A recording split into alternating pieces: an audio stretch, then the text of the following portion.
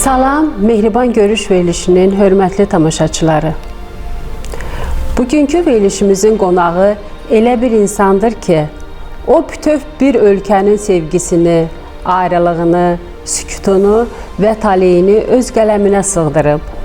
Yazdıqları Bakı küçələrindən başlasa da, sədası Azərbaycanın ən uzaq rayon və kəndlərinə qədər gedib çatıb.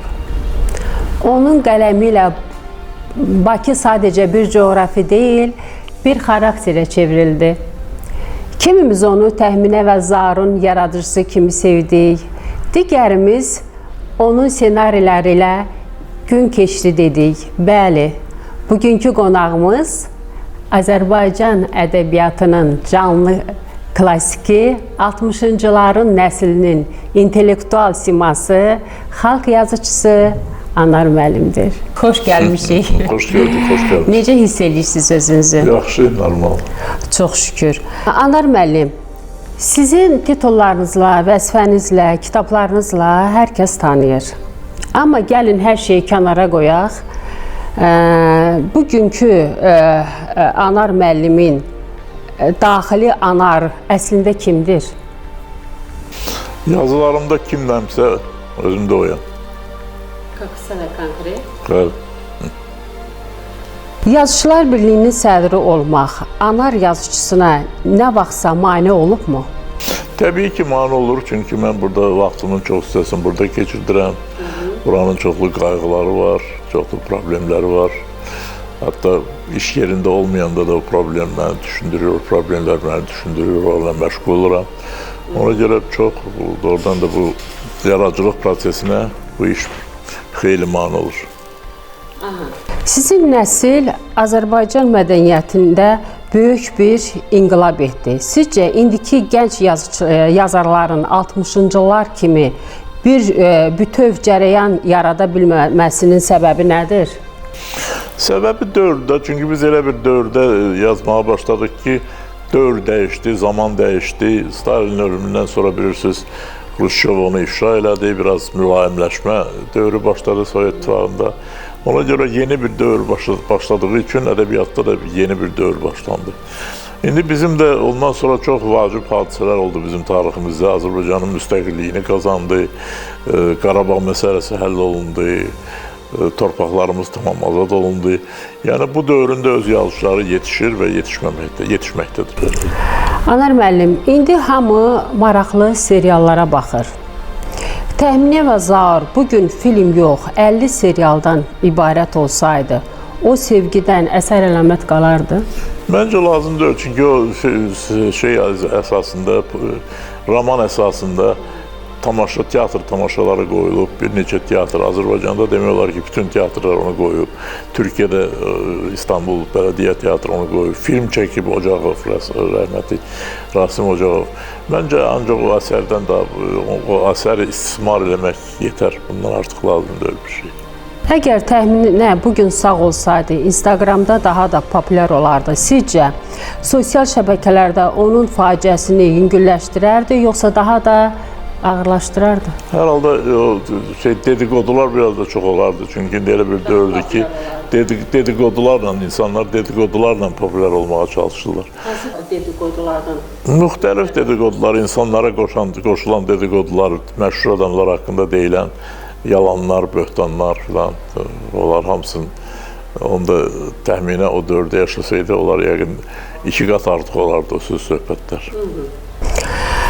Oxucular arasında hələ də müzakirələr edilən əsərləriniz var. Əgər bir əsərinizin sonluğunu bugün dəyişmək imkanınız olsaydı, hansı olardı? Əgər siz az-çox mənim yaradıcılığımla tanışsınızsa, 5 mərtəbəli evin 6-cı mərtəbəsindən sonra mən bu illər, yəni bir 2-3 il bundan qabaq Təxminənin Son Sirri adında bir hekayə yazdım və orada bir çox suallar ki, doğurdu o əsərlə bağlı, onlara orada cavab vermişəm o hekayədə. Bugünkü Anar, 60-cı illərdəki o gənc, üsyandakı Anarla görüşsəydi, aranızda hansı mövzu haqqında mübahisə düşərdi? Bu fantastik bir fərziyyədir, çünki insan ömrü yaşanılıb artıq təzədən geri qayıtmaq mümkün deyil. Mən indi böyük bir əsər üzərində işləyirdim, 30 ildir, onu tamamladım. Keçdi olan oldu. Bir aya inşallah o əsər çıxacaq və orada siz çox suallara cavab tapa bilərsiniz mənim. Çünki ömrümün müxtəlif mərhələləri o əsərdə əks olunur. Əsərlərinizin ekranlaşdıran rejissorlar arasında sizin təsəvvürünüzdəki obrazı ən dəqiq canlandıran kim olubdu? Mən ssenarilərim əsasında çəkən rejissorların hamısına minnətdaram, çünki hərəsi çox bizim istedadlı sənətkarlarıdır.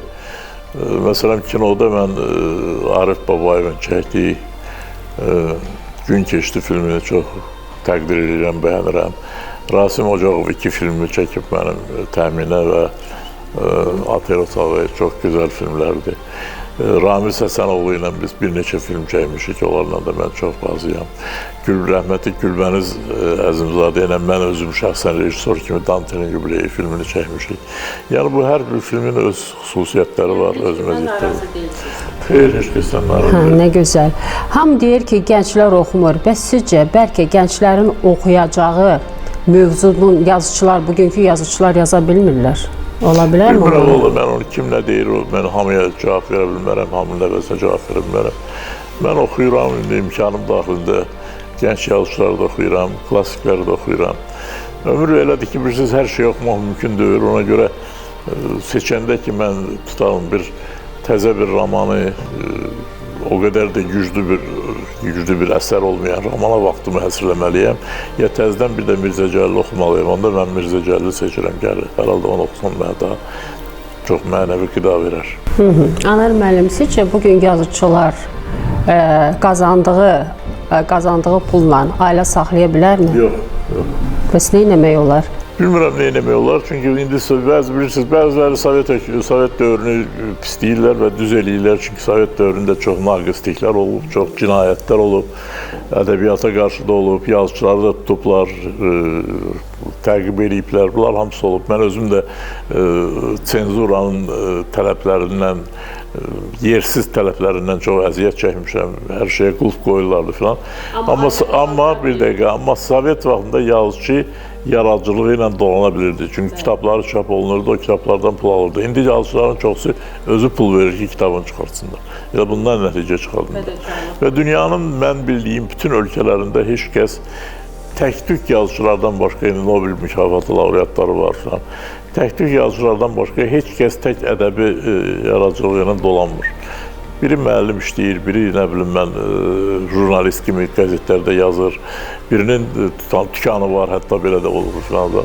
Hərə bir yerdən pul qazanır və eyni zamanda yaradıcılıqla məşğul olur. Biz isə öyrənmişik o Sovet dövrünə və istəyirik ki, indi də elə olsun. Onda gələk təzədən Sovet dövrünü bərpa eləyək ki, onu heç kəs istəmir təbii. Ona görə indi bu dövrün şəraiti ilə barışmaq lazımdır. Yazıçı gərək əsərləri ilə dolanacağına ümid bəsləmək. Belə çıxır ki, tələbat yoxdur, kitablar alınmır. Tələbat da azalıb, çünki televiziyada şəbəkələr də bilirsiniz, bu şəbəkələrin texniki şey kimi, texniki bir ixtira kimi çox vacibdir və mən bilirəm ki, bu çox böyük bir ixtiradır. Amma bu ixtira əxlaqla paralel getmir. Çünki bu ixtiradan, bu böyük ixtiradan ən naqis vasitələr üçün kimisə şərrləmək, kimisə böhtan atmaq, kimisə pisikdirmək üçün istifadə olunur. Və heç biri də məsuliyyət daşımır. Kim nə istəyir, ağzına gələni yazır və heç kəs də bunu məsuliyyətə cəlb eləmir. Bu isə əxlaqı pozur, bu isə insanları yalana alışdırır, böhtana alışdırır. İnsana çox adam maraqları məhsul görəsən filan məşhur adam haqqında daha pis nə yazacaqlar, bununla maraqlanırlar. Bu isə çox ciddi bir təhlükədir. Əxlaqi cəhətdən cəmiyyət üçün çox ciddi bir təhlükədir. Anar müəllim, süni intellekt nə vaxtsa sizin kimi ruhu olan Ağ Liman yaza bilərmi? Yazıcı peşəsinə təhlükə varmı? Mənim kimi bilmirəm, yaza bilər ya yaza bilməz, ancaq onu bilirəm ki, heç bir vaxt süni intellekt Tolstoy kimi yaza bilməz, Çexov kimi yaza bilməz, Cəlil Məmmədquluzadə kimi yaza bilməz. Gələcək nəsillər sizin Yazıçılar Birliyinin sədri kimi yox, sadəcə bir hekayənizlə xatırlanmasını istərdiniz. Mən niyə Yazıçılar Birliyinin sədri kimi xatırlanmalıyam ki, mənim 30 toplasam bir yerdə 30 cilt kitabım var. Əgər bu 30 cilt kitabla məni xatırlamırlarsa, Yazıcılar Birliyinin sədri kimi heç xatırlamasınlar. Sizin əsərlərinizdəki Bakı küçələri artıq demək olar ki, yoxdur. Özünüzü müasir Bakıda qonaq kimi hərdən hiss edirsinizmi? Yox, mən özümü qonaq kimi hiss etmirəm, amma hiss edirəm ki, şəhərdə qonaqlar çoxalıb. Və bu qonaqlar da indi xoş niyyətlə gələn xoş gəlib, amma gəlib bu şəhərin pozmaq üçün bu şəhər. Bəhs eləyirəm, Köhnə Bakı küçələrindən. Köhnə Bakı nə deməkdir? Köhnə Bakı içəri şəhərdirsə, içəri şəhər əbədi bir şəhərdir.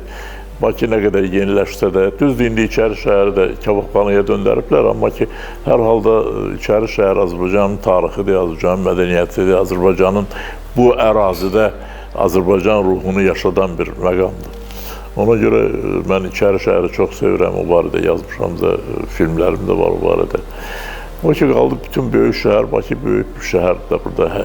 Bir neçə şəhər var burada. Burada insanlar bir yerdə yaşasalar da bəzən çox ayrı-ayrı ruhda yaşayırlar, ayrı-ayrı zövqləri çox müxtəlifdir, maraqları çox müxtəlifdir.